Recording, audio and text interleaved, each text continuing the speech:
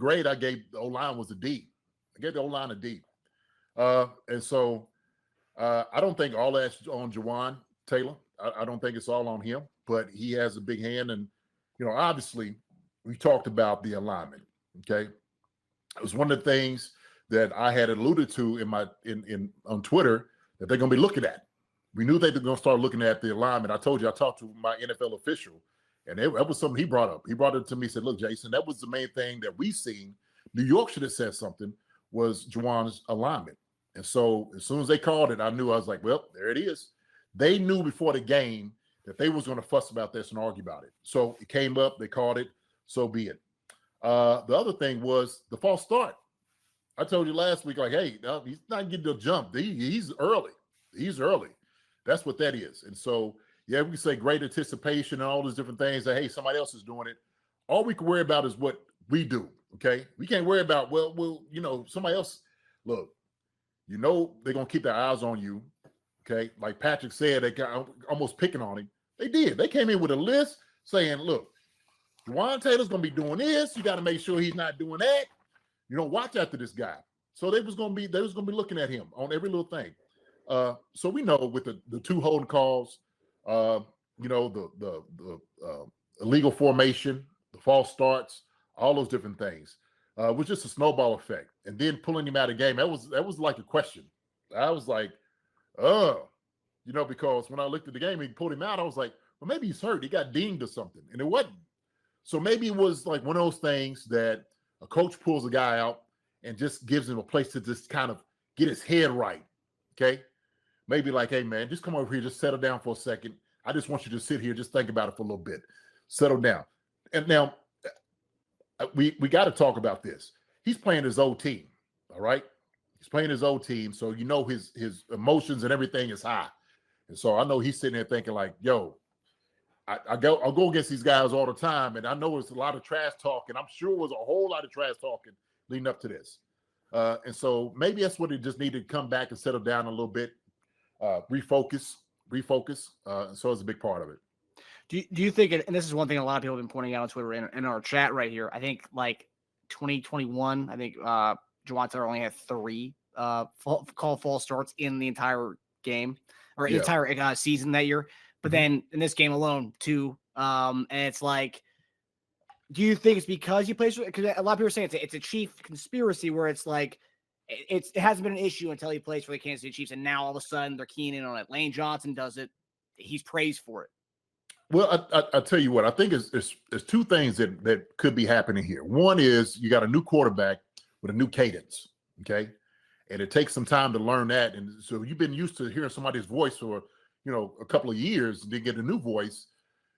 It's still like you're trying to get your body and your brain, to sync together, to do everything. And so I don't know, as far as like picking on him, I didn't even go to see what he was doing last year. Okay. Maybe that's something I need to explore and look back and say, okay, yeah, maybe he is picking on him a little bit. And so if that's the case, man, I'll bring it up. I'll bring it up, and I'll make a point of it. Matter of fact, I'll scream to the rooftops. Like, they picking on this guy. Okay. Yeah. They're picking on this guy. But I know they just got to enforce the rules. I know as I talked to an official again today, they just enforcing the rules. They got to do it. And what they want to do, and I'm going to tell you how it talks up in New York, they want to try to make it as consistent as possible.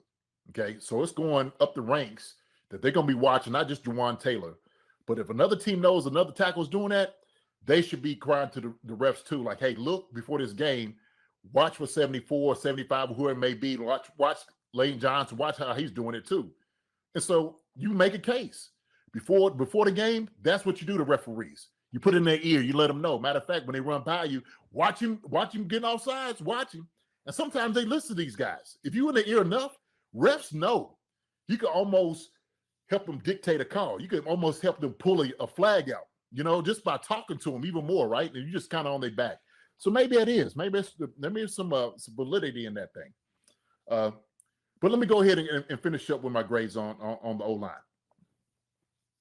I think when you still talking about running the football, man, we just got to we got to run the football a little bit more than what we did. Yeah. Okay, and I think a lot of that had to go into the play calling. If I'm not mistaken, I think I only counted 2 runs the first half, 2 called runs, and one of them was the first play of the game. Yes. That you know what? There's no excuse for that. I get we're a passing team. I do understand that. But listen, when teams know that all you're going to do is pass the football, you just sit back in coverage, and those D linemen, they just peel their ears back and they just come after the quarterback. That's what they do. Then you got our tackles and the guards sitting back on their heels.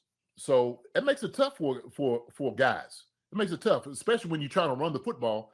That's why sometimes you see a problem issue maybe when it's 3rd and 1 or 4th and 1 or 3rd and short, trying to run the football. Well, because now you got to get all your cleats in the ground, but you haven't been doing it. You haven't been practicing it. You've been sitting back in the heels the whole time. So that's some things we got to change because we got some talented running backs. We do. And I like to see Pacheco get at least, 12 to 15 carries a game. He deserves that because he runs hard. And we know if once you get him involved in the game, he's just going to get better. He's just going to get better. So I absolutely petition. We need to run the football a little bit more. Now, they don't have to listen to me at all. I'm just saying I know how deep this. You want to keep them. You want to keep them honest. Okay. Part of it is running the football. Our offensive line, the snaps from Creed were low. Yeah. This was a bad game for Creed. It was. I watched him. It wasn't one of his better games at all. He looked like he was really trying to find himself. He held up sometimes, but sometimes he was kind of struggling. I think some of the snaps were low because he was trying to get up and blocking, the defender. Man, they had a pretty good D line. Okay. And so sometimes you're thinking about blocking this guy, getting into, your steps, pass protection, that you got to make sure you get your hands on him right now. So there was some low snaps by Creed, man, but he needs to have a better game than what he had. So that's my O-line assessment as a D. These guys got to get better. Thuney, same thing. I think Thuney had a decent game. Decent, though. Just decent. You got to do better, too. The whole O-line themselves have to be in sync with each other. They got to do a much better job. And I guarantee they're all sitting there watching film saying, you know what? We need to get better. We have to do a much better job of blocking up front, getting some more lanes, getting up and hitting guys in the mouth. We got to do a much better job of that. Hi, everybody. Thanks for watching. Subscribe here to get the latest from the show. Also, be sure to check out the best clips from Chief Concerns. And if you prefer to listen to the show, subscribe and follow us on Apple Podcasts, Spotify, and anywhere else you get your podcasts.